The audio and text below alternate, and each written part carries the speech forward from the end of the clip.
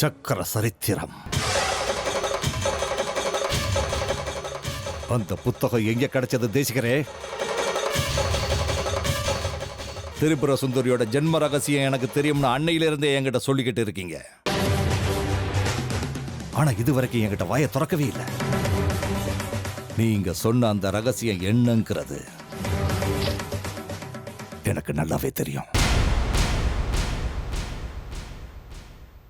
ஏன் சொல்லவே இல்லை தேசிகரே?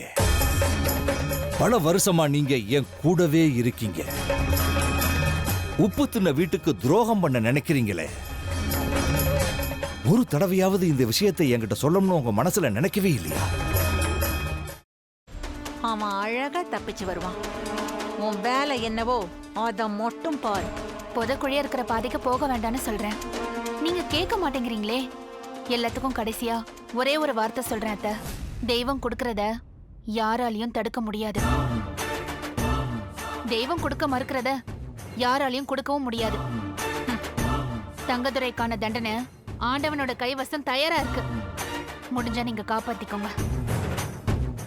பிரியாணி பாத்திரத்தில் நெய், கடலை எண்ணெய், பட்டை, மராட்டி மொட்டு, கல்பாசி, ஏலக்காய், பிரியாணி இலை, வெங்காயம், பூண்டு, முந்திரி, பிரியாணி மசாலா, தக்காளி, கல் உப்பு, மஞ்சள் தூள், கொத்தமல்லி, புதினா சேர்த்து நன்கு வதக்கவும்.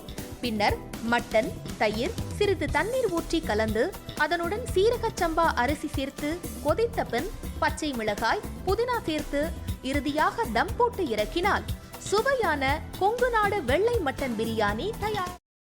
இப்போ உனக்கு கால் உடைஞ்சிருக்கும். தனோ, பார்த்து சூதானமா நடந்துக்கோ. இந்த வீடு பயங்கரமான காடு மாதிரி. யாரு யாரு அழிப்பாங்கன்னே தெரியாது. அக்கா, இப்ப நான் என்னக்கா பண்றது? யோசிக்கவே யோசிக்காத. உன் புருஷன் தலையில நறுக்குன்னு 4 கொட்டு கொட்டி சம்மதிக்க வச்சிரு. புரியுதா? சரிக்கா. முதல்ல அந்த வேலையை பாரு. போ போ. செல்வி எங்க போயிருக்கான்னு சொல்லு. அதான் நீங்க சொன்னீங்களேம்மா, அவங்க அம்மா அப்பா வீட்டுக்கு போயிருக்காங்க.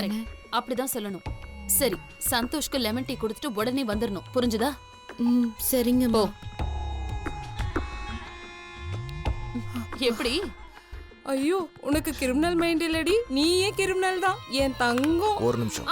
இதோ வரேங்க. நல்ல லூசு குடும்பம்டாது.